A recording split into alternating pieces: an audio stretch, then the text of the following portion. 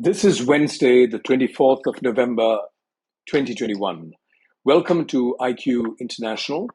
I'm your host, Vishwa Sadashivan from Singapore, joined by my co-host, Rosalind Skillen from Northern Ireland. IQ is committed to fostering deeper understanding, empathy, and involvement through meaningful, informed conversations across boundaries.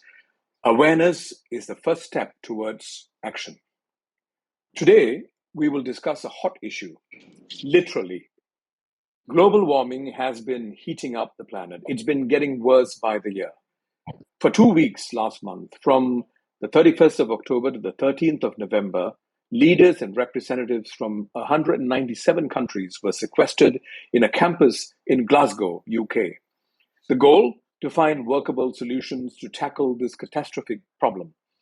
It was COP26, or the 26th United Nations Climate Change Conference.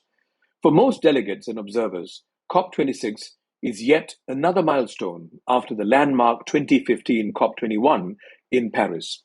Yet, many activists and youths dismissed COP26 as, quote, blah, blah, blah. So, we are here to discuss the topic, COP26, will it make a difference? Before that, in keeping with the IQI tradition, let me provide a historical context to climate change consciousness over the decades. The first time the world actually started looking at sustainability issues was in 1965, when the United Nations set up the UN Development Fund, or UNDP. Then, in 1972, right after the UN Conference on the Human Environment, the UN Environment Programme, or UNEP, was formed. It's responsible for developing international environment agreements and encouraging environmental science. It was because of this critical importance of science that in 1988, another major organization was set up, the Intergovernmental Panel on Climate Change, or IPCC. IPCC has since been playing a pivotal role in providing to the world an unbiased scientific assessment of climate change and its effects. 1 year earlier, in September 1987, there was the Montreal Protocol, considered by many as perhaps the first big bang in climate change discussion. It was one of the most successful environment agreements signed by 197 countries. It continues to provide inspiration on what international cooperation at its best can achieve. It was the first time the world acknowledged the need to get rid of substances that deplete the ozone layer. There was heightened awareness of climate change at unprecedented levels. It was this awakened consciousness that in 1992 led to the International Environment Treaty to combat dangerous human interference with the climate system. Known as the Rio Convention, it came into effect 2 years later in 1994. 197 countries have since signed and ratified the historic agreement, which is called the UN Framework Convention on Climate Change, or UNFCCC. The Conference of Parties, or COP, came into being soon after as the supreme decision-making body of the UNFCCC.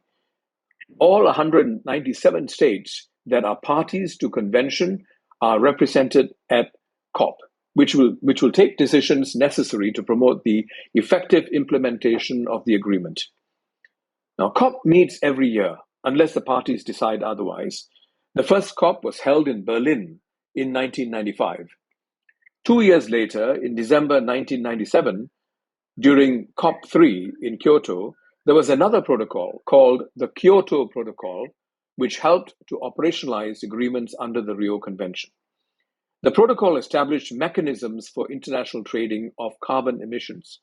It also placed the onus on developed countries to lead the way in taking strong action to reduce emissions by the year 2000 to 1990 levels. This target was obviously missed. The Doha Amendment of 2012 stipulated a second commitment period from 2013 to 2020.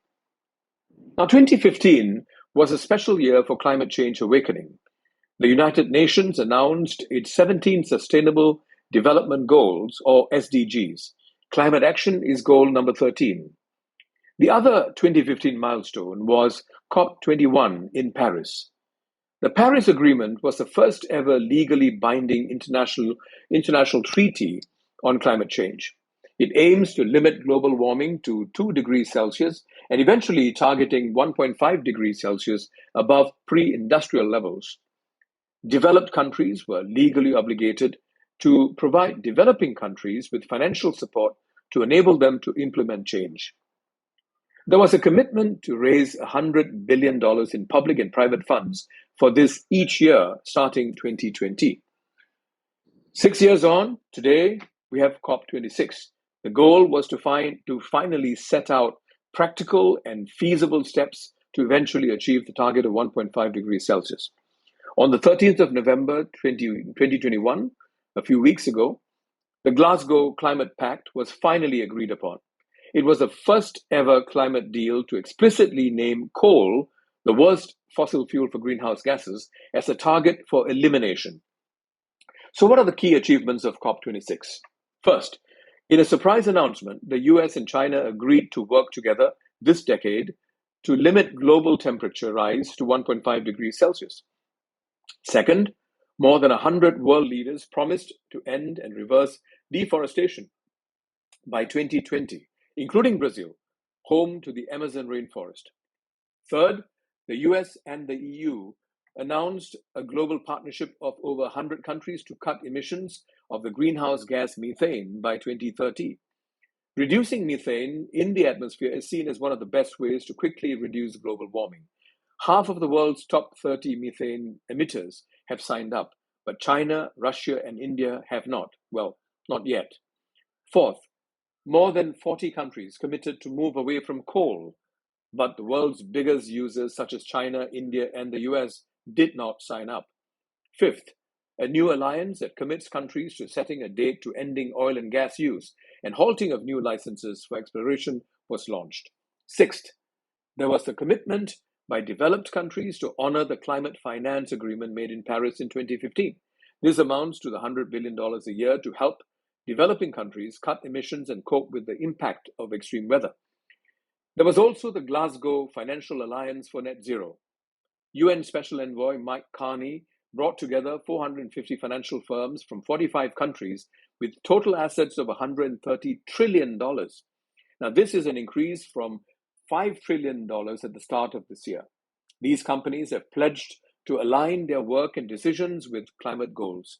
The idea is if they stop lending to coal mines, power stations, and other environmentally damaging projects, many of these projects will not be able to go ahead. Observers say that COP26 saw a real desire to listen and learn from each other and work together as a global community.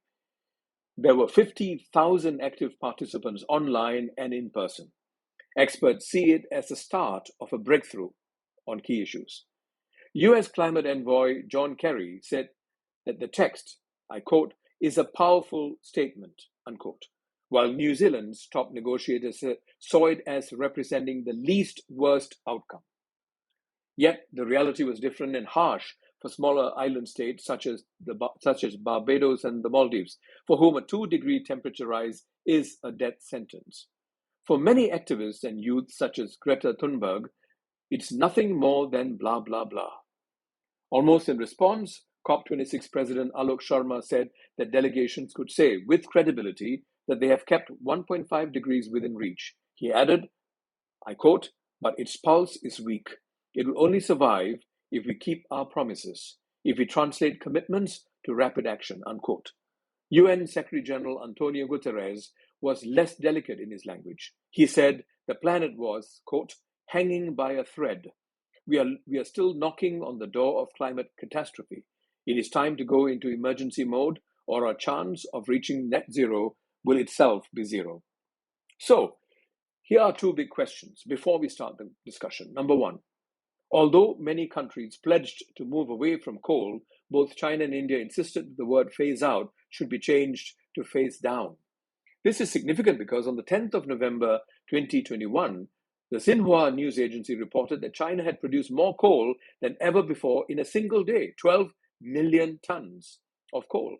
The carbon dioxide released is roughly equivalent to Ireland's output for an entire year. So how committed are these largest emitters to eventually phasing out coal? Second, many activists and youths have labeled climate summits as, quote, greenwashing festivals. So have these climate conferences and conventions since Rio in 1992 made enough of a difference? Is it time to take a different approach and perhaps have younger people in the driver's seat? To help us have a more critical and meaningful discussion, we have a panel of 5 experts and professionals. First, Sunny Verghese. He is chairman of the World Business Council for Sustainable Development and co-founder and group CEO of Olam International. Dr. Mark Terry, executive director of the Youth Climate Report, which is an arm of the UNFCCC. He is also a contract faculty for health, nursing, and environmental studies at York University in Toronto, Canada. Ida Greenberry, sustainability advisor and founding member of the World Bioeconomy Forum. She is senior counselor and strategist for sustainability and risk management at Mitra Putri Hijau Private Limited. She's calling in from Sydney, Australia. Benjamin Atia, senior researcher in the energy transition practice at Wood Mackenzie, a global consultancy. He's calling in from Boston, USA. Nanticha Wacharonchai, or Lynn for short, youth activist, environmental writer, and founder of Climate Strike in Thailand. Now, co-moderating this session with me, I have the privilege to announce Rosalind Skillen, a climate activist who represented Northern Ireland as COP26 youth delegate. Rosalind, you want to say a few words in introduction? Yes, thank you so much, Vishwa. I'm really looking forward to co-moderating this panel. A lot of esteemed panelists lined up who have very interesting insights to share. As Vishwa said, I'm from Northern Ireland. I'm a climate activist here, and I'm involved with a lot of media work, writing, speaking, and I also had the privilege of attending COP last week. Thank you. Thank you very much, Rosalind. IQ International is committed to ensuring that the voices of youths from around the world are heard in each discussion. We have with us 2 youth representatives who will openly share their perspectives, hopes, and I hope you'll probe with incisive questions. We have Laura Bannon from Canada and Kate Yeo from Singapore. Now, with that, let's kick off the discussion. I would like to pose this question to my panelists. COP26, is it a net win or a lost opportunity? COP26, is it a net win or a lost opportunity? I would like panelists to keep your responses to 3 minutes for this introduction. You'll have plenty of time to elaborate much later, but I'd like to keep the discussion going, so please keep it to 3 minutes. Could we start with Sunny Verghese, please? Thank you.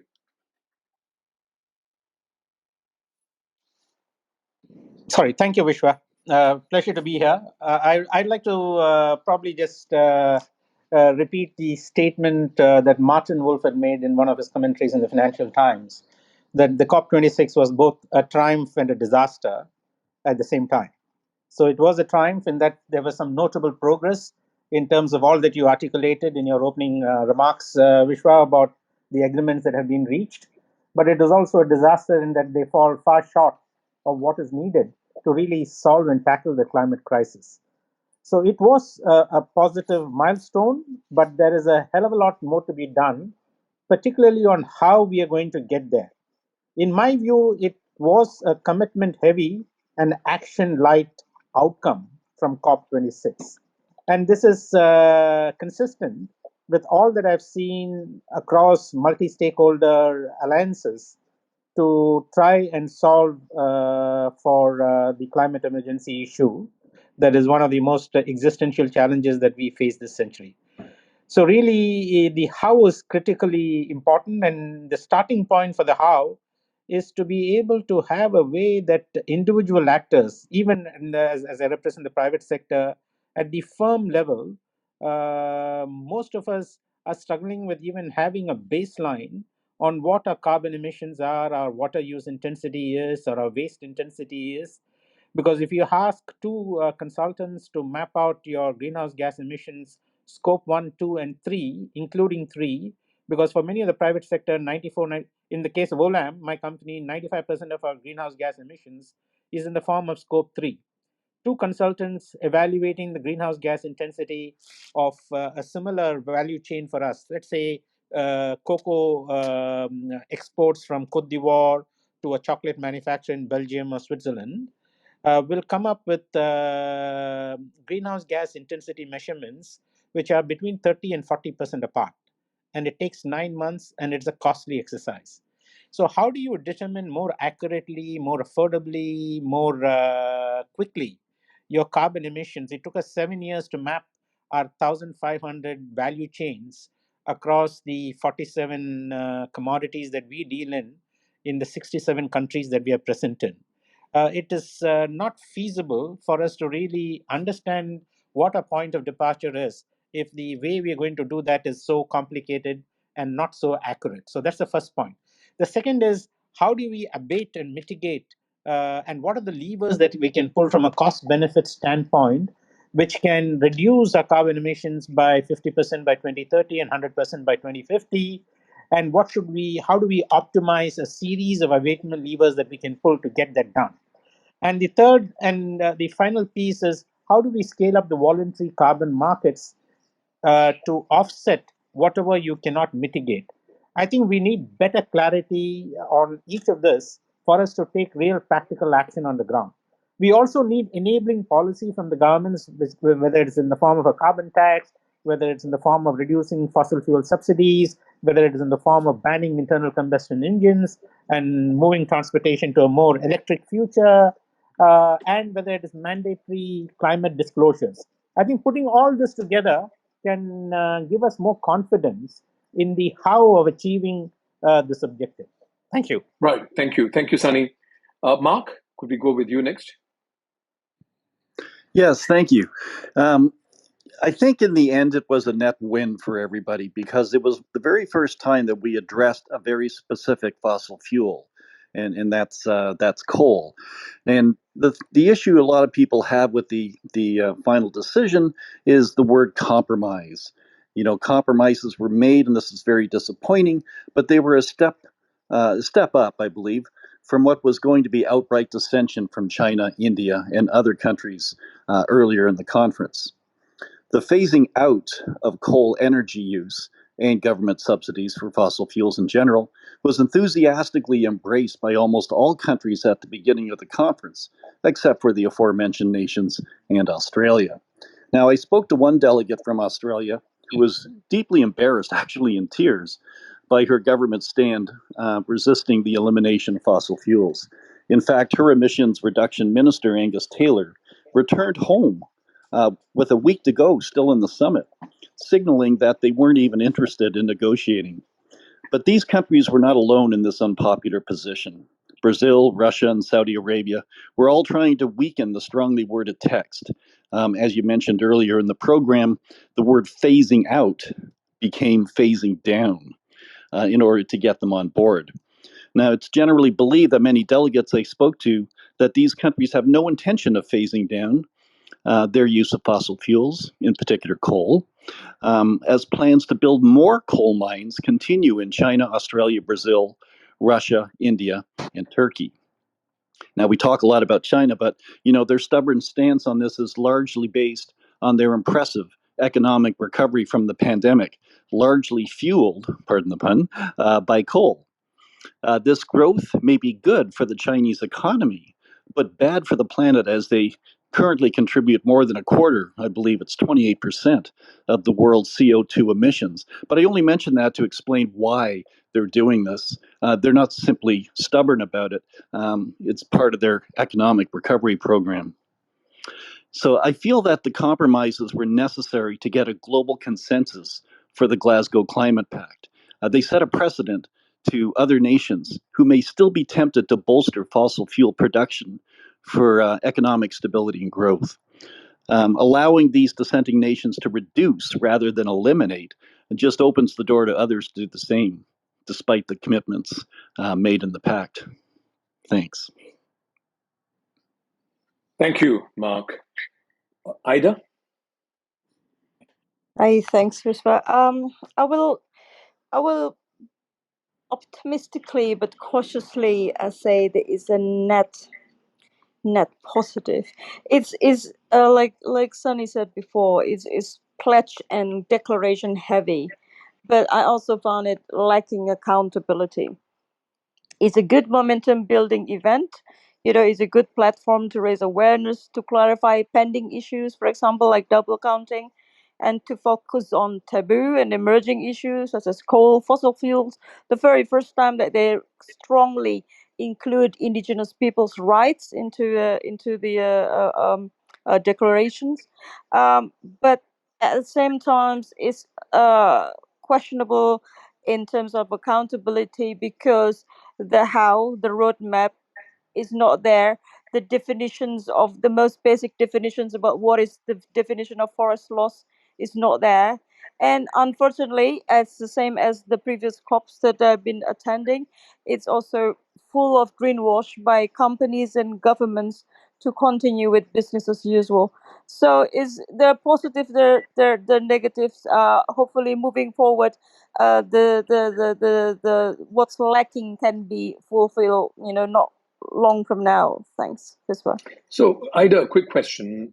Which do you think is better? Greenwashing, coming up with all kinds of grandiose plans and announcements when you perhaps have no serious intention of following through on them, or doing what China, India, and perhaps USA did by saying, no, we can't commit to this, being honest. Which do you think is better to take us forward? Double talk or honest talk? Being honest obviously is the best, but being honest to honestly also try to improve, not just being honest and not do anything. Because do you think that's the case here? I mean, that there are countries like China, India, USA, and so on. Do you think that they are not pulling their weight? I think there is a little bit of that. I mean, for example, with India saying face down instead of face out. Me as an Indonesian, I can understand that, and I can understand where they're coming from. Like with the same, if Indonesia, would prefer face down instead of face out. I understand where they're coming from. Renewable energies and everything else is still a big question mark, and then the political influence from the coal industry and the mining industry is still very, very heavy as well. So I can understand where they're coming from. What the US should have done is they actually not hiding behind India and not do anything, but look at what are the problems that these developing countries are facing and do something to help them, to face these problems. That's my opinion. Right. Thank you. Ben, can we go to you next? Yeah, sure. Thanks, Viswa. I would say, to answer your question on net win or lost opportunity, I agree with Sunny. It's both and. I mean, my sort of initial reaction to the Glasgow Climate Pact is that it's good progress, but it's not nearly enough. And frankly, that has been the spin or the sort of takeaway from every COP thus far. This was COP26. We've had this conversation 26 times now, and it's still, yes, we're moving in the right direction, but not nearly fast enough. Progress, again, if implemented and if verified, it moves us from sort of definite catastrophe on the climate side to very likely a good bit less terrible catastrophe, but it's still terrible, and that's good. And it isn't nearly sufficient. And frankly, it's unfortunately true that insufficient solutions to the climate crisis are simply not solutions.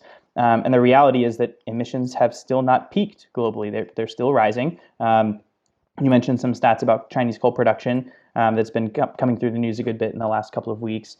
We at Wood Mackenzie forecast that fossil fuel use in power has peaked this year, and that fossil fuel use in total primary energy demand won't peak until 2026. And then what that means is that the gap between ambition and reality is actually getting bigger, not smaller. Ambition at Glasgow went up. It rose, and a lot of commitments were made, and that's positive. But what that means is that if reality has not kept up, that the gap between those two only gets larger and larger.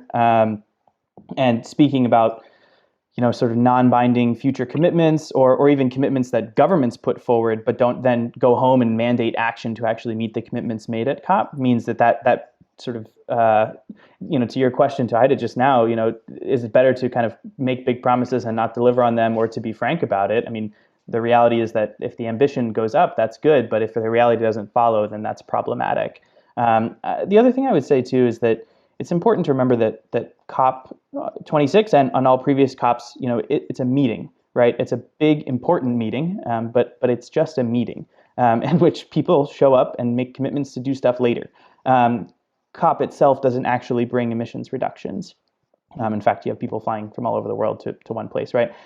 So while measuring these commitments and sort of the scope of that ambition is really important, and it did definitely bend the curve, again, should those commitments be sort of followed through and implemented and verified, what's really important is that follow-up and what actually comes of the meeting, and that takes time. So is it a net win? Absolutely.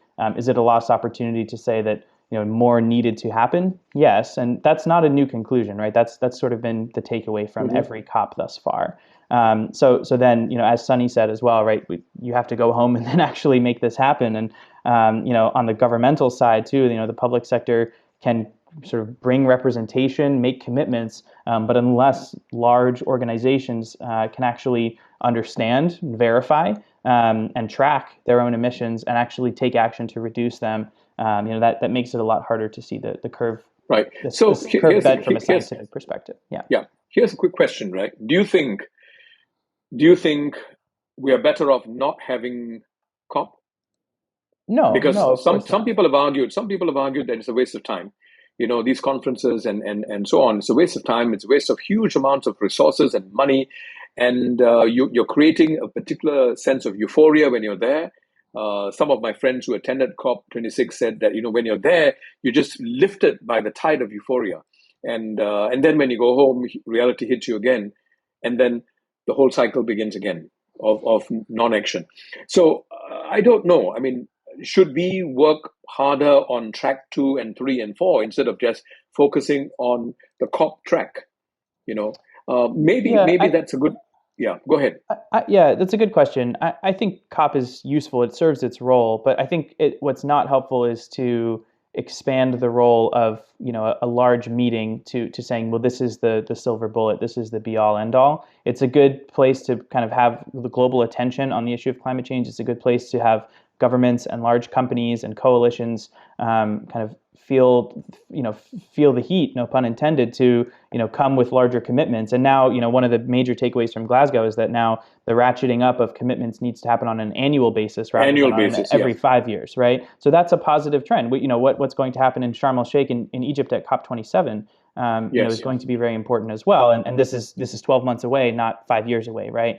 So that's critical. But keep the role of the COP as a meeting. It's a very important meeting. But the real thing that actually bends the curve, not just the modeled curve, but the actual physical curve, happens after the meeting. So it's valuable, but in its place. Right. Vishwa, can I just come in? Yes, please. Yes, Sunny. So for us in the private sector, we see this as 10-15% of the ballgame. It is like we have a purpose or a mission in terms of what we want to do as a firm. It's a vitally important decision to arrive at that purpose and arrive at that mission and get the whole organization aligned to that purpose and mission. But we know that 90% of the ballgame, 85% of the ballgame is really developing a granular pathways and strategies on how we are going to achieve that purpose or achieve that mission or deliver on that vision. Yes. All of these meetings, COP and everything else, is really addressing that 10-15%. It's a vitally important 10-15%. Yeah. If you get that wrong and you have a very aligned and powerfully operationally capable organization to deliver, then it is akin to standing on top of the cliff and then diving to your doom in great synchrony because you got a great capacity to execute, but you got the first 10-15% of where you want to get to and what you want to achieve wrong. So COP and other things fills that vital 10-15% of the ballgame. But we really need to focus on 85% on how we're going to get there, which does not receive the focus and attention it deserves, because without that, we are not going to realize any of the stuff. Absolutely. I'll come back to that. I think that's a very important point. I'll come back to that in a short while. This is the right time to segue to Lynn from Thailand, who is a youth activist. There's so much that's been said about COP and these grandiose announcements. at these meetings, but really the young people who are going to be inheriting all these problems are frustrated by a lack of action. That's what's coming through. The activists as well as young people are fed up because the clock is ticking. What's your view, Lynn? I would agree. Hi there, everyone. I would agree that we're pretty fed up, and I think for us it just really matters a lot more because that is the next coming decades that we have to be concerned about, and what it seems that, as you've said, this conversation has happened 26 times now, and it just oftentimes it can seem bleak, like the future.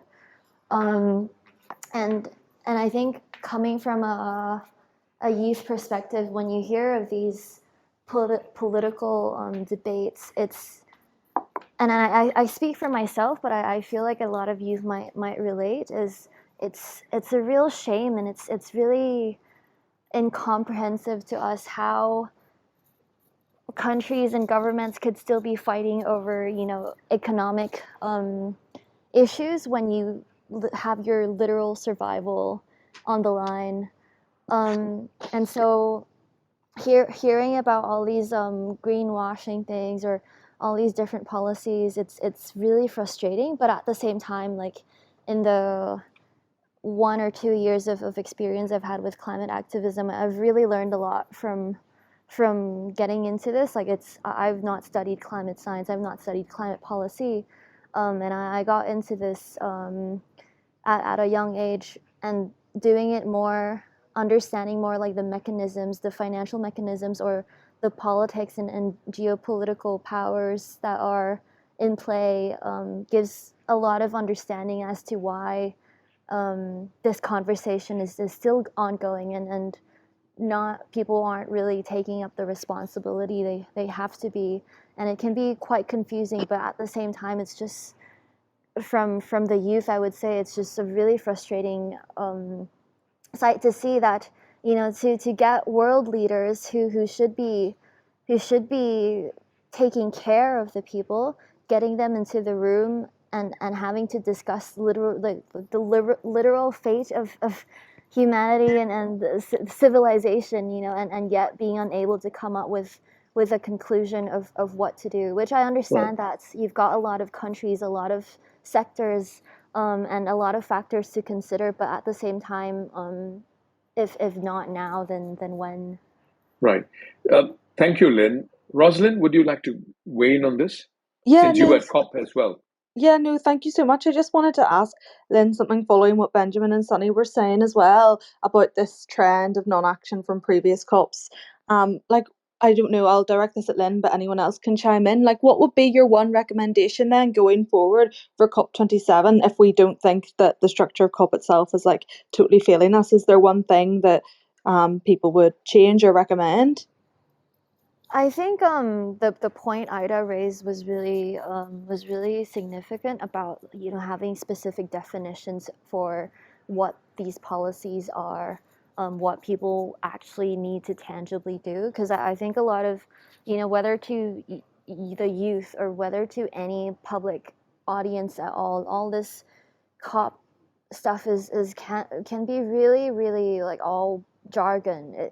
It's hard to say when you say we need to take climate action now. That's such a broad topic, so people end up just frozen and they don't know what to do, be that the public audience or governments, because it's like a really big to-do list. So I think what might be really crucial is, say, using this COP26 event as progress rather than, okay, this was a failed event, but no, having that be yet another conversation to start up, like break down these to-do lists more, and then getting down to, okay, we've agreed on this, what do each countries do next in like a very tangible action plan. Because I feel like even just speaking for Thailand, but you've got this fairly vague roadmaps in the national strategy or these documents, and they outline conserve national forests, protected areas, and very not understandable things. And Okay, so so yeah. here's my question, right? Do you think that organizations like the World Business Council for Sustainable Development, that's chaired by Sunny, or even the Youth Climate Report, that's driven by Mark, organizations like this, do you think these organizations, for example, can commit to working with young activists and youth groups around the world to collaborate with young people to find solutions, practical solutions down the road? I think absolutely, it's really crucial that that happens as well. But from what I have experienced, a lot of these, youth involvement have oftentimes been, okay, here's a checklist of we need to involve these people, and then you get some youth members into a room and then get them to listen, and maybe in the last 10 minutes of the meeting say, hey, youth, you can speak now, and then they say their points, and then it seems like Right. nothing It, is it really shouldn't taken to be. It shouldn't action. be that. It certainly Yeah. shouldn't be that. So I'd like to ask Mark. Mark, you run the Youth Climate Report. I mean, how do you actually engage young people like Lynn and Rosalind? And how do you engage young people? We'll Well, probably go to Laura after this. Well, actually, the goal of the Youth Climate Report is to bring the youth inside the convention center for these discussions. It's not just to have a tokenism, having them sit there and say something at the end of a discussion, but actually be part of the policymaking process. And this came up this year with the Global Youth Statement that we issued. Almost in every category, it was better youth representation in the policy process. And we should be looking at youth like we look at other underrepresented communities, like Indigenous people, in the participatory mode of engagement between communities. One community will go to the other and say, this is what we're planning to do. How does that impact on you? What kind of feedback would you give us to change the proposed policy we're thinking of? And that way they're directly involved instead of this kind of on the outside, make a little contribution of something that you would like us to see include, and we'll consider whether or not to include it. That's not as effective as direct involvement. And what the Youth Climate Report does, it's trying to strengthen that by having videos, short little documentary films created by the global community of youth be presented inside the convention center during these COP conferences. It doesn't give them a direct voice, but it does give them a voice inside these policy sessions, and that's what's very important.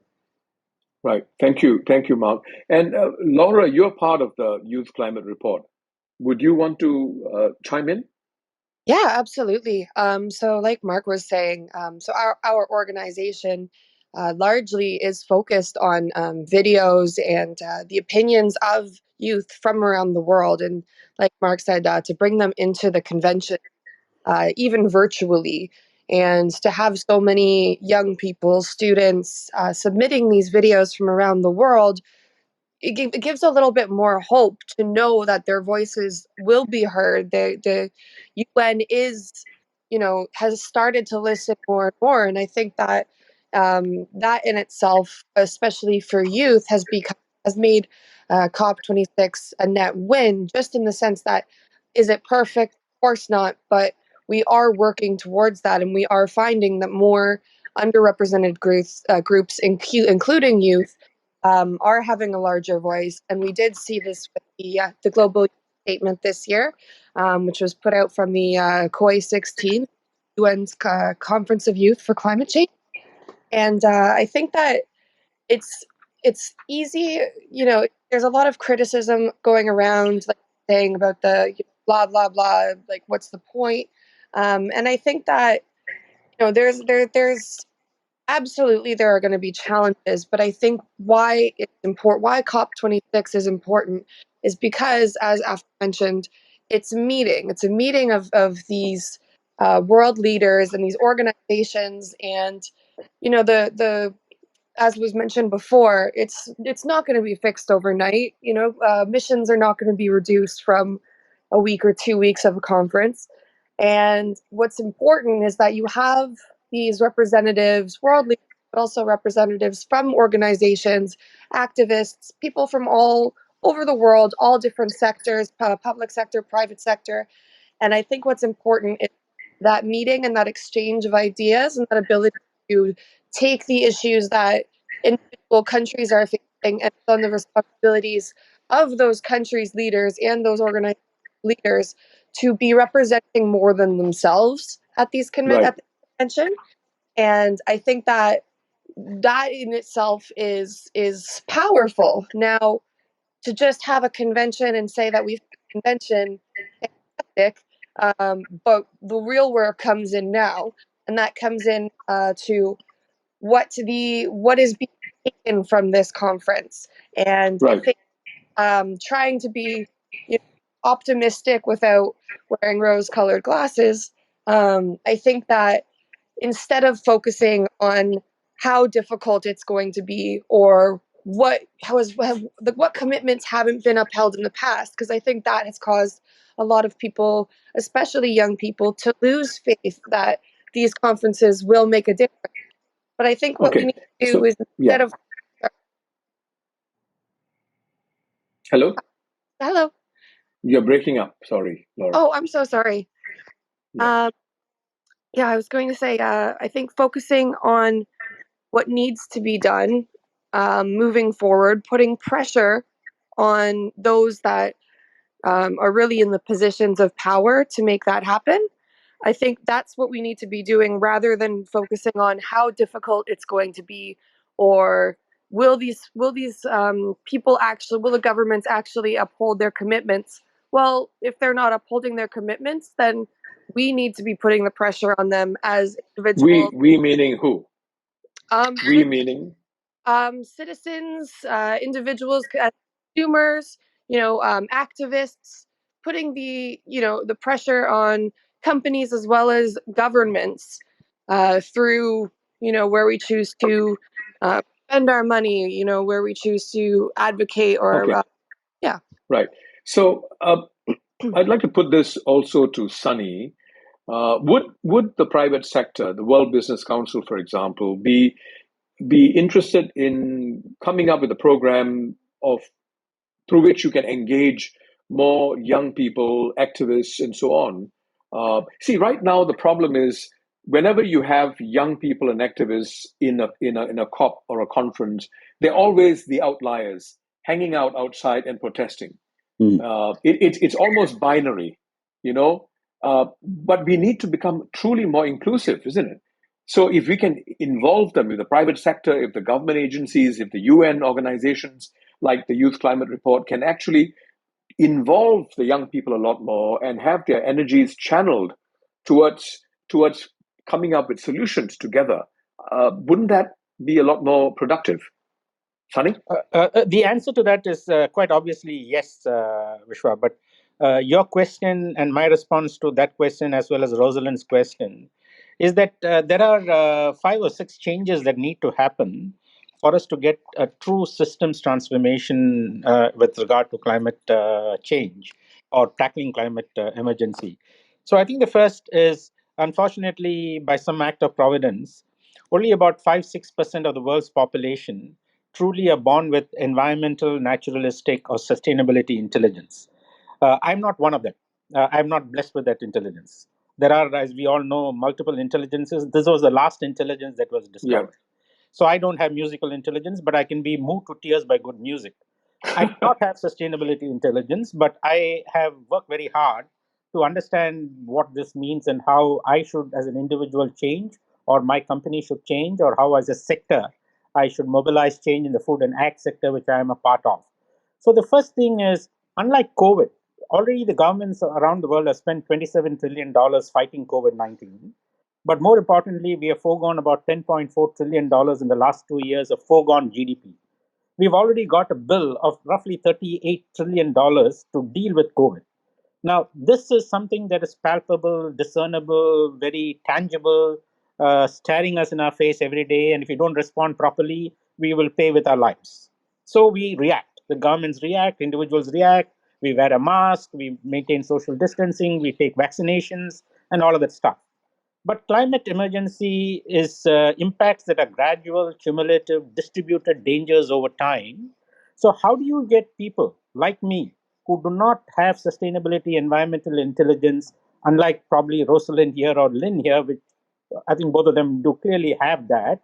How do we get us to act today for a distributed danger down the road when it is not something that we see as very palpable, tangible, like the COVID-19 episode? So the only way we can achieve change at the first level of change is we all have to be the change that we want to see in others. So if you're not going to get 7.5 billion people on the planet not excited, persuaded by the idea that they need to take individual actions to contribute to this problem is not going to change. Secondly, companies like us, we have to change at the company level. But even having just one good actor in a sector is not going to solve this problem. We need sectoral pathways. How can the food and ag sector, if we have to produce more food, feed, and fiber to meet the demands of a growing population by 2050, the way we currently produce our food and consume our food, we will destroy the planet. There's no question about it. So, how do we mobilize everybody in the sector to come together to have a systems transformation? We hate each other's guts. We are intensely competitive. There is no chance in hell we will come together on anything unless the world is literally burning down. So the world is literally burning down today. So unless we come together as a food and ag sector, as a chemical industry, as a petroleum sector, as the financial services sector, and develop sectoral pathways and roadmaps on how we can pivot the entire sector to a more sustainable future, it's not going to happen. How do you think that could happen? How do you think you could get out of this vicious cycle and make it happen? For example, what's the role of an organization like the World Business Council in catalyzing it? That's exactly what we're trying to do with these multi-stakeholders. So one is we have to create these pre-competitive alliances. In order to create the pre-competitive alliances, we need a collective understanding that if we don't do it, we are going to, like the big bad pharma has got the rap, or big bad oil companies have got a rap. Food price inflation this year has been 47%. When people are losing jobs and losing incomes, people are going to look at all big ag and food companies and say, these guys are exploiting all of us. They are making a hell of a lot of money today at our expense. So we have now got a coalition of globally 47 leading food ag companies to come together and saying, no, we can't continue this way.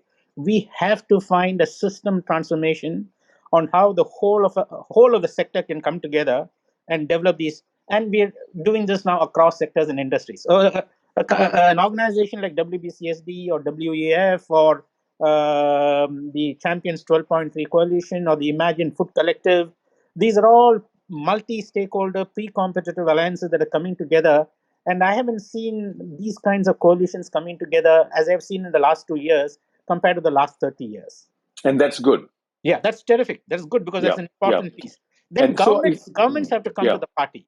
Anything that is free, we're going to consume indiscriminately. Today, carbon is free, we will pollute indiscriminately.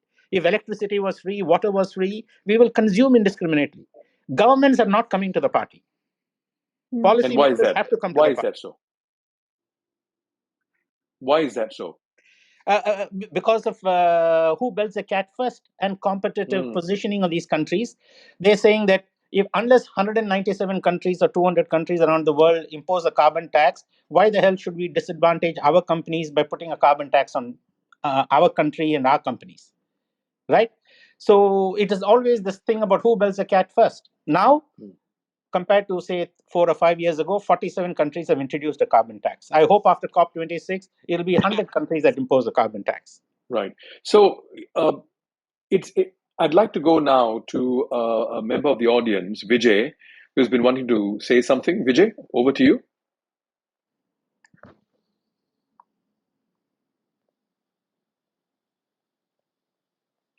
Vijay Rai. Hear me? Yes, can hear you. Yes, Yes, Vijay, I go do ahead. apologize for that. Thank you, Viswa. I'd like to make a very short contribution to the discussion today. Now, taking up Mr. Verghese's point about awareness, how do we create environmental awareness? We cannot leave it to ad hoc groups, ad hoc movements. The net result of that knowledge which we glean ad hoc is going to be precisely contained in statements like blah, blah, blah. What we have to do to keep it sustained, to keep it really going for a long time to come, is to inculcate it in the school curriculums, to let the children learn what carbon is, what carbon trading is, what the net results are. Now, it has to be done at the school level. People have got to sit for exams. It's got to be part of our training from a young age. What we have to do, the sacrifices we have to make. That's all I'm going to say on this point, and I will come back later to contribute more. Thank you, Viswa. Thank you very much, Vijay. Anyone on the panel would like to respond to Vijay's point? Yes, I'd like to jump in. It's Mark here. Yes, Mark, go ahead. It's a very, very valid point, and I'm very glad to hear that he made it, because education programs is where this all begins. The policymakers of the future are the young people of today, so they need to be informed and educated about the situation before they can actually start to get involved with the policy process. And one of the very interesting things that I see is the development of experiential education. This is where they're actually doing something, not just sitting in a classroom and listening to the teacher, but they're engaged in a project that actually makes a contribution. And this is kind of where the Youth Climate Report began. They wanted to have a representation at these conferences, but they were too young to travel. It was too expensive to go, and there was no access for them, even if they could go. So in their place, communities of young people began to produce these short little videos that represented climate research, impacts, and solutions from their respective countries and communities. And these films were then brought into a GIS map project that the UNFCCC has on its website. And then they were able to amplify their voices from within the convention center that way. So I think education is kind of key. It always has been, but especially now, so that the future policymakers will be a lot more progressive, I think, in coming up with what we need to have going forward. Thank you, Mark. Sorry, if I yes? can just add something. No, Yes, please, I'm go ahead. totally in agreement. I think environmental education is so important. But what Sunny was saying earlier, it made me think about like communicating the urgency of the climate crisis. You drew a comparison with COVID-19 and also this idea of like when the world's burning down, only will people pay attention. So a question to whoever wants to jump in, like, how do you think we can communicate the urgency of the climate crisis? Because getting our heads around that seems to be one of the biggest obstacles for effective. Yeah, if I could chime in on that, great question, Roslyn. Sunny, you talked earlier about lacking the sustainability or environment consciousness or climate change intelligence. Many of us may not have the intelligence, but I think we can actually have the sensibility transmitted to us or transferred to us. And this is about communication. Communication is not with a big C where you have government or organizations communicating. It's different groups and stakeholders communicating that sensibility to each other. That's what I meant by earlier on, that I think private sector organizations, for example, can benefit tremendously from having formalized interactions with young people, so that sensibility is acquired through interaction. So I think it's a great thing if you could respond to Roslyn's question. How would we communicate or transmit this? Yeah. So the first is, as you all mentioned earlier, is to get individuals, households, consumers aware of their own carbon footprint. I cannot change unless I know what my carbon footprint is. So we have developed and launched an app called ADVA, ADVA. ADVA is basically to help our employees in the company and their families to be able to map their carbon footprint. Everything from when they get up in the morning, have a breakfast, they click a photograph of the breakfast, it'll tell them what is the carbon footprint, water footprint, waste footprint. They decide to bike to the office, they decide to take the MRT, or they decide to drive a car, it will tell them what their footprint was. They have a midday snack or a lunch, or they take a flight to KL or Indonesia or New York, it will tell them what the carbon footprint is. So after they know what the carbon footprint is, for the 96% of our employees who do not have sustainability naturalistic intelligence, it is to get them interested in how they can contribute to changing and becoming more sustainable in their lifestyles. So we gamify it, and we give them daily nudges based on their lifestyle on what practical steps and actions they can take, a very contextual, daily, personalized, customized nudges on what actions can they take today to reduce the carbon footprint. And we gamify it so that there is an incentive and a hook for those who do not have naturalistic sustainability intelligence on how to try and mitigate this. And then at the end of the day, we tell them, okay, these are the things that you have done to reduce your carbon footprint. This is what is left. You can now decide whether you want to plant trees, and we will help you do that, or you can buy carbon credits, which are certified, co-benefits that are certified to help you become more sustainable in your individual lifestyle. So, like this, for all the 4 or 5 levels of change, we have taken some practical actions and steps to change individual behavior, to change the behavior, to be part of multi-stakeholder coalition, change our sector's behavior, to be fierce advocates with government policymakers, to introduce all of the things that we think needs to be creating the enabling environment to get this change happen. And then Right. funding and investing in game-changing breakthroughs on how we can do more with less. Yeah. Rosalind, does that answer your question? Sorry, yeah, Rosalind? no, it does. I guess in terms of it's hard when you put the onus on individuals, because sometimes when people become more conscious of their own carbon footprint, that takes away from the massive responsibility which like businesses and corporations have.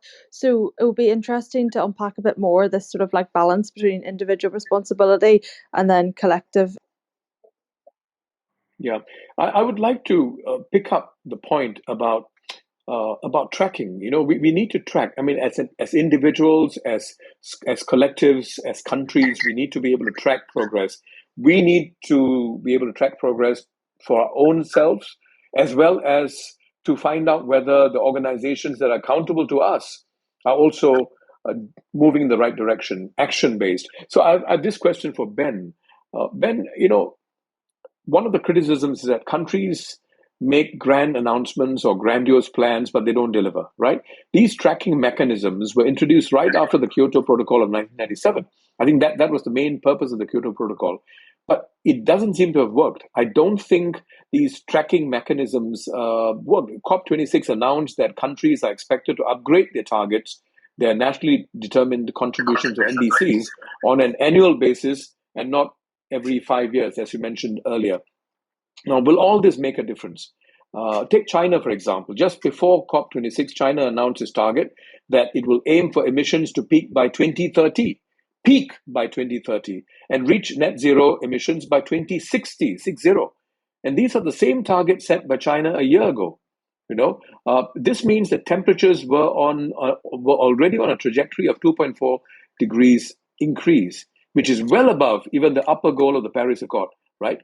So my question is, number one, are the tracking mechanisms in place per the Kyoto Protocol? Number two, are countries using it? Number three, are organizations, UN organizations like UNFCCC, are they tracking the tracking? Yeah, good question. So I mean, I think there's a few pieces there. The first of which is some countries are better than others. Some private organizations are using, GIS and satellite imagery to track methane emissions, and there's a lot of really good effort happening on that front. But centrally, there's a major lack of verification, and beyond that, a major lack of accountability. So what happens is, I mean, at the end of the day, right, the Paris Agreement is voluntary. Article 6 of the Paris Agreement, which is the sort of piece of the Paris Agreement that establishes carbon markets, was finalized as part of the Glasgow Climate Pact. But participation is legally binding but voluntary, right? And there's really no mechanism for enforcement, accountability, or penalization, right, for non-compliance. So, one of the things that's fundamental to say about COP that hasn't come up yet, too, is that the reason that this sort of phase down versus phase out language was sort of brought into the agreement at the 11th hour is because the mechanism of COP meetings requires all parties to ratify the accord, or it doesn't pass. So you need 100% agreement, which means that for India or China, or even in fact, it's actually true that the U.S. was sort of pushing this sort of phase down versus phase out language. You can have one major sort of infraction from a large player that can stall the whole process. Right. So part of this is mechanism, and part of it is Yeah. sort of lack of centralized enforcement and accountability. Right. It's all voluntary. So I've got a quick question, right? It's been said that COP21 in Paris, the Paris Agreement, was the first legally binding. It's been touted to be the first legally binding. I don't quite understand what is meant by legally binding. If there is someone who defaults on a target that's been announced, can that particular country be called to task? Not really. No. I mean, legally binding. So why make a big issue of it being legally binding when you can't enforce it? Yeah, it's still progress. I mean, it goes back to what I said at the beginning of the conversation, right? Which is that having commitments put into law. Countries pass a law ratifying the NDCs brought to Paris and now brought to Glasgow. But really, what it is that what mechanism, what central global body would enforce noncompliance? There is none. The most sort of globally coordinated body that we have is the UN, which is the UNFCCC is the host of COP, right? But at the end of the day, there's very little enforcement power behind these mechanisms. So all of it is voluntary. Calling it legally binding means that it's put into law, but it doesn't necessarily mean globally enforceable, right? And those are not the same. So here's the thing, right? You've got so many countries as far as deforestation is concerned.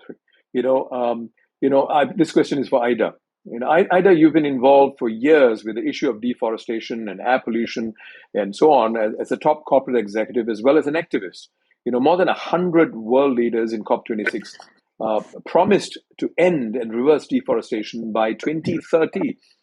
That's 9 years from now. To end and reverse deforestation, that's a huge task, huge promise. Now, what's significant is that Brazil, where swaths of Amazon rainforests have been cut down, is a signatory, one of the 100 world leaders. How do you view this? I mean, are you optimistic of the outcome? And so they go to these 100 countries, which includes Indonesia, by the way. You go to COP, you make this announcement, you make the pledge, and then if you don't act on it, what's going to happen? And people lose faith after some time. If you make these grandiose announcements and then nothing happens. Ida? Yeah, I almost lost faith. But just 1 second regarding penalties that I think was Ben. Yeah. Just there is one is being drafted right now and being proposed at the International Court, Criminal Court, to actually take legal actions against countries. So let's see whether it's going anywhere. So there are actually a platform that can be used by individuals or organizations or or other government to actually sue other countries if they're actually doing a went-on actions toward climate and something like that. Anyway, that was just a little bit addition regarding penalties. So this pledge for forest. So am I being optimistic? I have to be totally honest. No, I mean Brazil in 2021, Brazil has the highest deforestation since 2006. So it's still an upward trend in Brazil. In Indonesia, there is a national plan to continue deforestation until 2050s, and the plan is not changed after the Glasgow Declaration is signed. And as I said earlier before, why I was not being optimistic with the whole declaration is because, like I said before, there is no clear definition. So every country can define forest laws as they like, according to their own legal framework, and that's not good enough. Um, uh, what are forest loss? What is the definition of land degradation? What is definition of deforestation is not clear right now. Like Boris Johnson, Zach, everybody said that 137 countries already committed to end deforestation. It's not. The declaration doesn't say anything about ending deforestation by 2030. Not at all. So we need to basically come up with a clear definition about what we mean by those three key words, forest loss, land degradation, deforestation. And another thing, there's some there are some funding available, for this ending deforestation initiative, and which is great. But I always say this is international funding. The money is actually collected from taxpayers, taxpayers in the US or in Germany or whatever. So it should be that internationally accepted standards and definition of forest loss, land degradation, and deforestation should be used when they want to access this funding. I think that might be a solution. When they're finally agree on what the definition of these three keywords. Sunny, I hope Right, I right. make sense. Yeah, it's clear, very clear. So basically, your view is we shouldn't hold our breath to see this happen. It's not likely to happen, but certainly not by 2030, given the current trajectory. That's the reality, I guess. But what's interesting is so far we are hear from Sunny and quite a few others as well that while it's not a complete write-off, COP26 and all the COPs. It's something that we need to set the tone, right? Set the tone. And as Sunny put it, it's about 15%. You need this, but it's a crucial 15%. If you don't get the countries in the world to set the tone, then you can't move. Yes, but the real heavy lifting is the rest. The real heavy lifting, on various tracks, the private sector, the individuals, the corporates, NGOs, and so on. Now, there's another part of the equation, which is cities, right? Cities. Sorry, Vishwa, There's been can I just yes, add something really quickly there? yes, please. Just very, very briefly, the point you're making is important, that enforcement doesn't really come at the sort of global government to government level, but where it can happen is private sectors held to account by their own governments. That's where you can actually have enforcement for climate action. It hasn't really happened that way very much. Yeah, it can. If the governments are enlightened. That's the clear pathway towards enforcement of climate action. The government to government level is very difficult, and there's a lot of sort of global agreement and intransigence needed. And I'm not saying it will never happen, but where things are right now, if you look subnationally, that's where you can actually hold. Yes, I can see that, and so my point is, enforcement. Whether you talk about enforcement at a national level, at a global level, all of this requires, number one, a certain consciousness, which is the 15% that Sunny talks about. But the rest of it is going to be on multiple alternative tracks, where people need to take charge in their own clusters and do something about it. And what I was going to say is, there's been a lot of talk, especially in the past decade and a half, about the role that cities play, and this is very, very critical, because cities increasingly have so much of contribution to carbon emission. So here are some statistics, right? 55% of the world's population live in cities. 55%, and that adds up to 4.2 billion people. 4.2 billion people. Yet cities make up only 3% of the total landmass. 3%, but they 55% of the population. Cities account for 60 to 80% of energy consumption, 60 to 80% of energy consumption, and 70% of carbon emissions. So the question here is, if cities are better organized, if the mayors and the leaders of cities, that include city-states like Singapore, I think we might be able to find some solutions there. I mean, in the USA, automobiles account for 75% of carbon dioxide pollution. Right? 75% of carbon dioxide pollution. In Copenhagen, for example, bicycles outnumber cars by 5:1, and nearly half the population commutes by bicycles. So my question here is actually for Kate. Kate, you come from Singapore, a city-state. What do you think a city-state with a population of 5.5 or 5.7, for example, million, can actually do to make a difference? Is doing. Right. Thank you for that question. So I think earlier we mentioned about like individual tracking and action. And even though I think that's important, I feel like if you really want a city, for example, to change, then you're going to have to advocate for like wide scale changes in terms of how the entire system is built. So for example, if we talk about like, oh, people have to reduce, reuse, recycle, like sure, you can do that individually, but if you don't have the infrastructure to push for that, then it doesn't really help. So for example, I would say in Singapore, we're currently trialing like a plastic bag charge, and that is really important, but there are no concrete details released about that yet. And so that's something we're going to have to keep pushing for. Another thing is pushing for business to consumer reuse models. And these are like systems that will actually help consumers make recycling convenient for them. Redesigning packaging to be like reusable or recyclable, for example.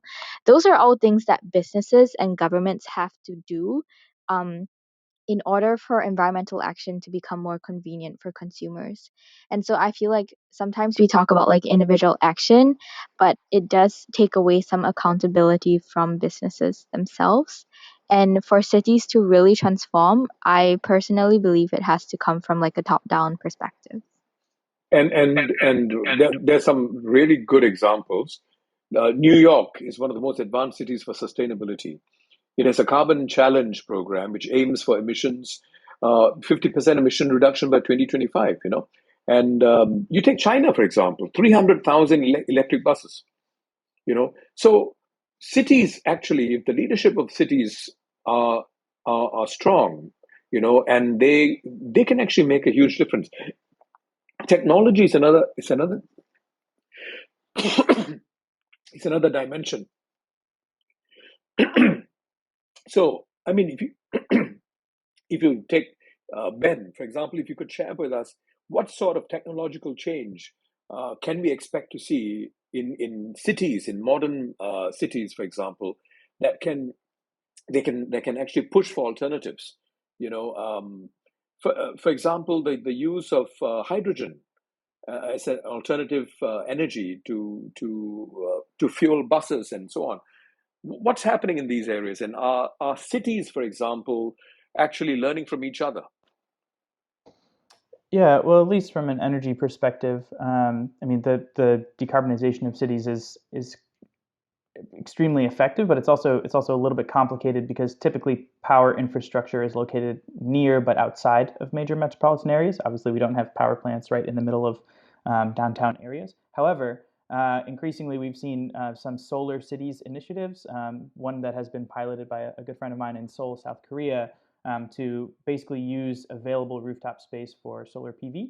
But then also, if you think about the demand curves that come with electricity consumption from cities, they're relatively predictable and relatively stable because you typically have offices and commuters, and the demand is relatively predictable. So one thing that we're starting to see a lot is what we call load following, which basically means that where we used to make sure that every time that there was an increase in demand, there would be a matching increase in supply to meet that demand. Increasingly, that script is being a little bit flipped, and now we can see demand start to follow supply. So we know that solar and wind, for instance, are not we call non-dispatchable resources, which basically means we can't turn the sun on or make the wind blow, but we get power for free when those things happen. So what we can increasingly do is say, okay, well, let's use electricity while during the daytime hours while the sun is shining, rather than in the evening when our solar power isn't available. And likewise, is it true for wind? Ben, is it true that Dubai is run fully on renewable energy? No. Produced by recycling water and waste? I mean, I read this somewhere. Is it true? It's quite mind-boggling. No, that's not true. Not yet. That's not true. They have some targets, but yeah, not yet. But they're on track to move in that direction. Sure. Yeah, absolutely. I guess my question is, how is it possible for a city like Dubai to achieve this when many other cities are lagging? I mean, again, it goes back to the point I made earlier, which is, Dubai is a pretty centrally controlled city within the emirate. So, the government is able to use public sector weight and public sector dollars to procure renewable energy, to set targets, decarbonize the city. In fact, Dubai, in the region of across the Middle East, Dubai is a leader in renewable energy when it comes to utility scale procurement. Some of the lowest cost solar plants in the world exist in Dubai and also in Abu Dhabi. And then also one of the most regionally positive sort of net metering programs, which is basically a way that we can compensate behind the meter generation. So if you put solar on your rooftop, you can consume that power if your demand exists with supply in real time, and then you can sell excess power into the grid and buy surplus power from the grid when your solar system is not producing or your demand is higher than what the solar system is producing. It's actually quite rare across the Middle East, partially because of subsidized retail electricity tariffs. Right. But the Shams Dubai program, piloted by the city of Dubai, is actually one of the leading programs for net metering in the region. It's not globally novel. We have that in most regions of the world, but in the Middle East, there are actually very few pockets where net metering currently exists. Right. Thanks, Benjamin. Ben, there's a member of the audience, Dilip Nair. Would you like to speak?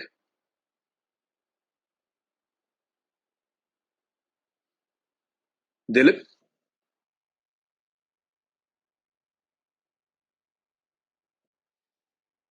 Are you there, Dilip?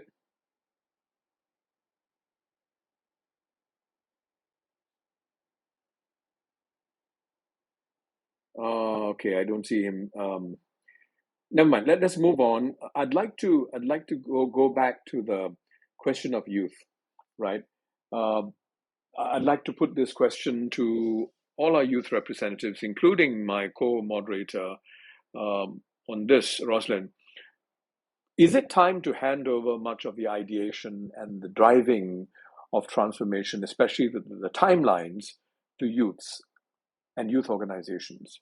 Is it, if you are given this responsibility, if youth groups are given this responsibility, if youth organizations are given this responsibility, do you think you are ready for it? And how would you want to play a more significant role in these, like COP26 or COP or other conferences? What's the role you'd like to play? That's the question I have for you. If I may, I believe that it's rather than turning all control or putting the responsibility in the hands of youth organizations, I think it's more so about integrating them into the process, into policy making, because there's absolutely no doubt that older generations have the experience necessary and may know a lot more about certain industries or what's really practical. And the youth can bring, new perspectives, new insights into things. We certainly grew up in a different era, if you will, with technology and with, I know the education around environmental science and climate change at even an elementary school level here in Canada is much more intensive than it was, say, 20, 30 years ago. Absolutely. But I do believe, while as youth we can bring in new perspectives, I don't think we should take on the role entirely to say, okay, we're inheriting this planet, now it's our responsibility. I think that at all levels and people of all ages, I think that it's important that we have that role, we have that strong role of being represented and having our opinions heard. But we also do want to look for guidance and leadership as to Sure. What has worked, what hasn't worked. We want to learn from that and learn with that. Okay, Yeah, thank you. I totally agree with Laura. I think that intergenerational collaboration is so important. And I think in some ways it's almost like dismissive of some older people, particularly in the global south, who've seen like the degradation of their landscapes and of the planet. As Laura was saying, they do have so much wisdom and expertise to impart. And I think it's really important that we harness that. But equally, obviously, I think youth and young people should be leading this transformation as well. But as some people talked about earlier, it's like not about seeing young people as like another voice or as separate, but integrating them into the entire conversation as like one of the many perspectives rather than this sort of like tokenistic youth perspective.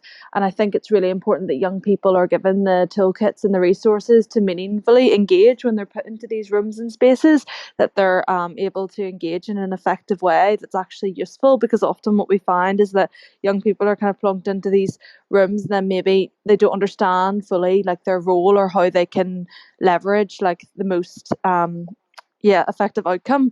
So I think continuing to educate and equip young people is so important, and that's where intergenerational collaboration is so important, because we're looking at these ideas of like mentorship, reverse mentorship, and how we can continue to like skill and learn from. And Yeah, I would. how do you propose to have that mentorship?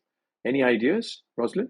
Oh, thank you for asking. I guess like conversations like this are really good, and just in organizations like we now have 5 generations working together in the workforce and working in close like proximity, so making sure that we're actually like engaging in relationship with one another and having like action plans and workshops, but also just connecting with people from a generation outside your own. Like I think in activist spaces, often what you find is it can become a bit of like an echo chamber, and there's a bit of like a disconnect.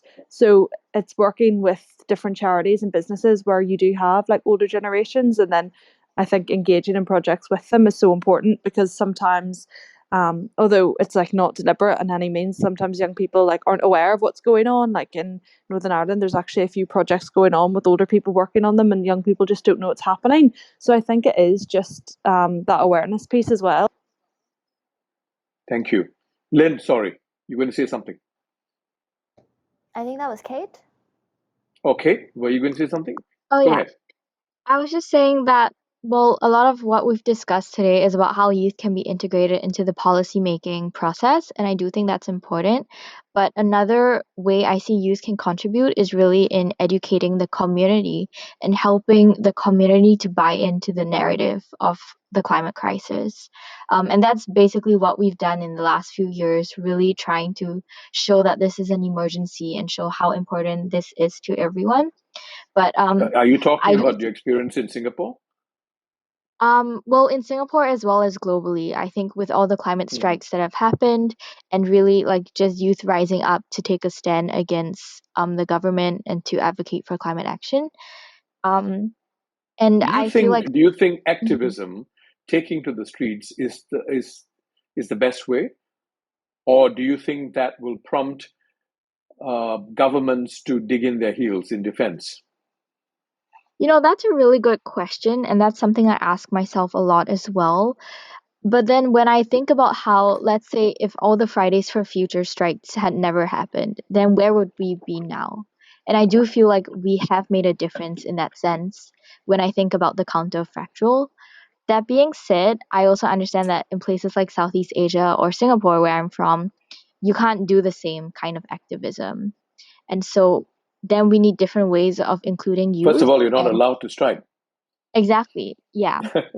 And it's like you can't do anything visual like that. And so that's where I think youth can then try and like push for, let's say, like educating the community in different ways rather than like outright activism. Right. Thank you. Lynn? Yeah, I completely agree with what the three has just said, both in that activism part and also just the intergenerational collaboration. Like I've said, sometimes youth, like I feel myself, I can be sometimes naive. Like there's a lot to learn in this world when it comes to politics or the economy, and youth play a different role from that. We might not understand most of those things even, but a key word I think you mentioned was ideation, which I think Yeah. youth can play a really powerful role in this. Say you were to design a solution, like a design thinking process, youth can play a crucial role in providing all these spectacular ideas, which when you kind of grow up into and become an adult, you kind of forget those creative solutions or even that kind of proactiveness. I have a really strong, I have strong hope in business-driven solutions, and especially in youth, like around the 20 to 35 age range, where you see so many innovators nowadays coming up with these business solutions. And that's where adults can chime in and help support these kinds of initiatives and get them out there into higher level policy or advise on how that might go into the marketplace, or advise how it would attract more a mass population. So yeah, I think again, like others have said, it's about integrating, like working as a family, to put it in a warmer term. Yeah. It's like So basically, there should yeah. be formal meetings. There's definitely a place for formal meetings and conventions like COP20, like COP. At the same time, not semi-formal, within organizations, and thirdly, informal. Informal conversations. I think corridor conversations. I mean, to just raise the level of consciousness and awareness. That's very important. I'd like to end the discussion. I'd like to end the discussion and extend the discussion by, perhaps with your permission, another 5-10 minutes, by asking my panelists, starting with you, Lynn. I'd like to end on the note of shared interests. Do you believe that it is possible for us to actually have shared interests in this highly polarized world that we live in? I mean, the problems we are facing to a large extent, is driven by the polarization, personality, governments, ideologies, and so on and so forth. So if we want to focus on shared interests, empathy, trying to understand why China, India, for example, appear to be dragging their feet. Is it because they are not committed to the idea? Is it because they don't share the same interests, or is it because they have certain realities that they are facing? For example, feeding over a billion people. So, Lynn, I'd like to hear your take. Very quick take, 2 minutes, please, as we round up. And I'm going to ask each panelist to do the same. Lynn. Yeah, it's that's a question I have myself as like a writer and storyteller, because I do believe that, at the end of the day, we all as humans have that very core value of just more cheesy terms like love, or in for climate change, maybe climate like survival. That I think is a shared interest that brings everyone together, and the conflicts that are happening are more about who's going to not survive first. So it's like these impacts already happening, but people are just kind of waiting on it, who's to go first. So I think just digging deeper into that shared interest of, I guess, I mean, it's hard to say as youth, because I really believe in that. I don't understand a lot of politicians either, because you kind of try to figure out how can you as a decision maker make this decision that hurts so like millions of lives. But I think, yeah, there must be a day when we must come to this shared interest, whether that be what someone has mentioned about, it might be the day where we're all about to die, but I hope not. I don't think we're all going to die at the same time, though. Yes. Okay. Some of you are going to outlive the rest of us. And Ben, what about you? Yeah, I think, I mean, at its heart, right? I mean, the thing I'd like to emphasize here, just as a takeaway, is that decarbonization today is worth a lot more than decarbonization in the future, and that's based on climate science, not on policy or not on economics. So I think there's some hope to say that the curve can be bent faster, and that action can be coordinated faster. But ultimately, sort of the real question is, long-term commitments. This is a gradual shift. It takes change, but it takes time, but it needs to happen as rapidly as possible. And the dividends to do it as rapidly as possible are very present, both from a climate science perspective and from an economics perspective. So yeah, I'm grateful for the opportunity to speak. Unfortunately, I do need to leave the conversation here. But I really enjoyed speaking with all of you and enjoyed this conversation. So thank you so much for having me. We enjoyed having you with us, Ben. Thank you very much for your contribution. Yeah, pleasure. Thank you. Sorry, Thank am you. I just able to chime in as well? I actually have a hard stop, so I need to head as well. But I just wanted to say thank you so Yes. much for the opportunity to co-moderate, and I really took a lot away from the discussion. I was writing things down that people were saying, so thank you for all the incredible insights, and it was a real pleasure to speak with you all. Thank you. Thank you very much, Rosalind. It was a pleasure co-moderating with you. Thank you. Well, I'd like to ask Ida. What's your thought, Ida? I mean, you are Indonesian, a land of many contradictions, huge country, huge population.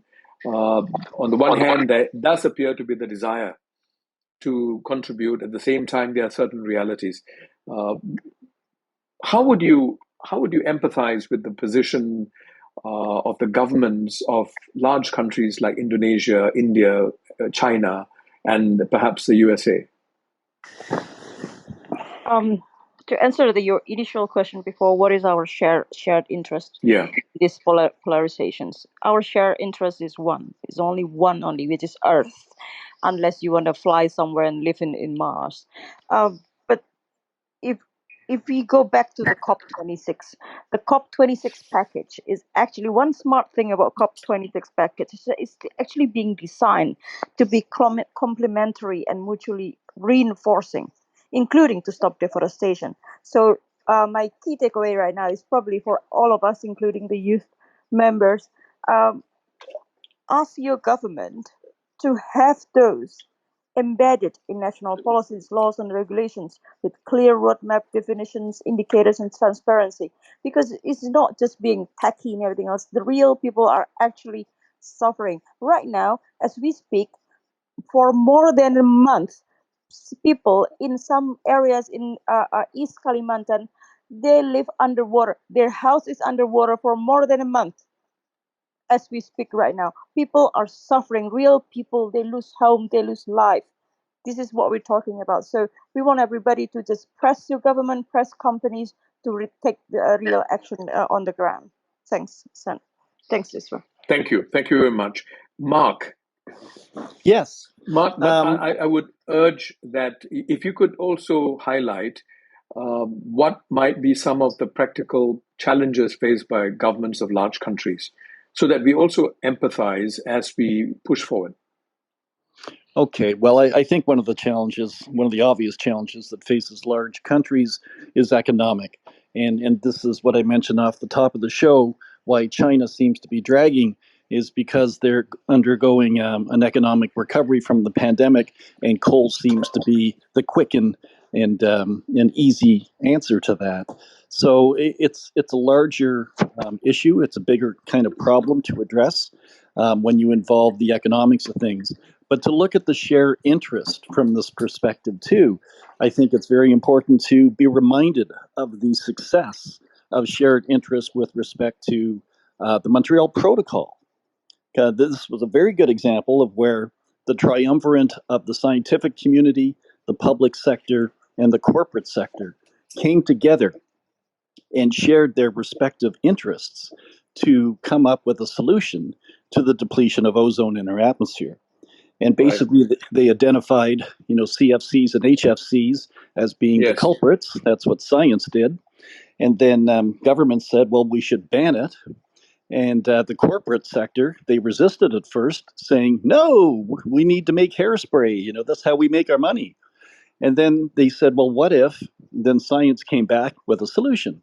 And they said, well, what about pump spray instead of propellant spray? See, that it's actually cheaper to produce.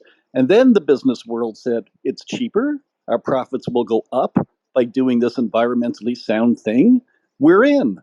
And that's when everybody came together. And that's why the Montreal Protocol and the banning of CFCs and HFCs was the very first internationally signed agreement by every single country in the world. And we tend to forget that. But I think that model should be applied to the crisis we're going through now. If we can find a solution that keeps everybody happy, then we can actually start banning things and end the climate crisis once and for all. Thank you very much, Mark. Sure. Sunny?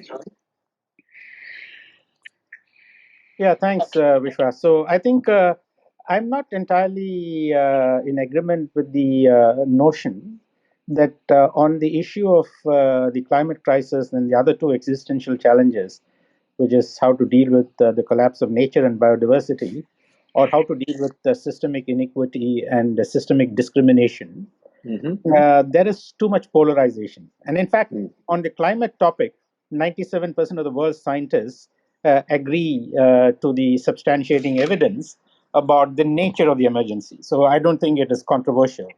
And the fact that 195 countries came together and signed the Paris Accord or the COP26 agreement is clear proof that there is really not much differences of opinion on why we should change and what we need to change to. All that is very clear. I think the key issue is about action. If I was a CEO of a company and I spend an overwhelming amount of time and effort and resources to come up with my mission and my purpose and my vision in terms of what we want to be, in terms of aspirations and ambitions, and that nothing in terms of how I'm going to get there, I will be sacked on the spot, right? But today, the convening power of these miraculous achievements that we have had, or milestone agreements that we had in terms of UN SDGs, or the Convention of Biodiversity, or the Climate Accord, or the Global Nutrition Goals, and yet in every single one of them, we have such a massive action gap.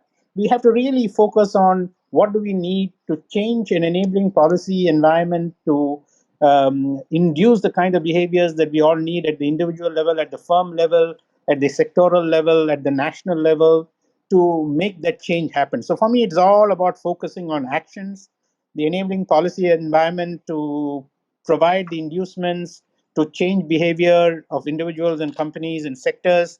I think that's really what needs to happen if we need to really not meet again after 5 years and continue to beat our chests, saying that we all knew that this needed to happen, we all knew that we needed to change. Why the hell has the change not happened? Thank you. If you continue to do the same thing and expect different outcomes, we know this is a crisis. We know that everything that we've done in business as usual is not going to make an impact. We know that we need to change. And change means acting. The only way to change is to act. Absolutely. How do we act?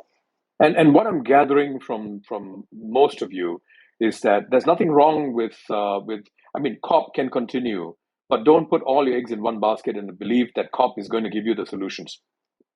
COP will set the tone. Yeah, I'm I'm sorry, Vishwa. I'm also saying that the governments have done their part. No two countries are able to come together and agree on anything that is straightforward or simple. We have 195, 197 countries coming together and agreeing on so many granular targets and goals. Yes. So that's a miracle in itself. They have done the heavy lifting. We need to now individually act. We need to act as firms and companies. We need to bring together our sectors. So the onus is on us. Yes, absolutely. That's the best point to perhaps bring this discussion to a close. Thank you very much. And with that, I'd like to, on behalf of my co-moderator, Roslyn, thank my 5 panel speakers, Sunny Verghese, Dr. Mark Terry, Ida Greenberry, Benjamin Attia, and Lynn, as well as our youth voices, Laura and Kate. And my special thanks to the rest of you for making time to join us and stay with us. International treaties are tricky matters, especially if you want everyone to have a say. Interests will differ and continue to do so. As Patricia Espinosa, Executive Secretary of the UNFCCC, put it quite aptly, negotiations are never easy. This is the nature of consensus and multilateralism. Despite criticism that COP26 achieved little, it does appear that we have no choice but to have these global conferences. They at least bring the parties together and give cooperation and partnerships a chance. What gives the process legitimacy is that almost all countries are represented, and major private and people sector players too. Very importantly, young voices are being taken seriously. The UN Secretary General Antonio Guterres put it most aptly in response to disappointed youths. I quote, "I know you are disappointed, but the path of progress is not always a straight line. Sometimes there are detours and sometimes there are ditches. We are in the fight of our lives, and this must be won. Never give up, never retreat, keep pushing forward." This was Inconvenient Questions, where ideas awaken.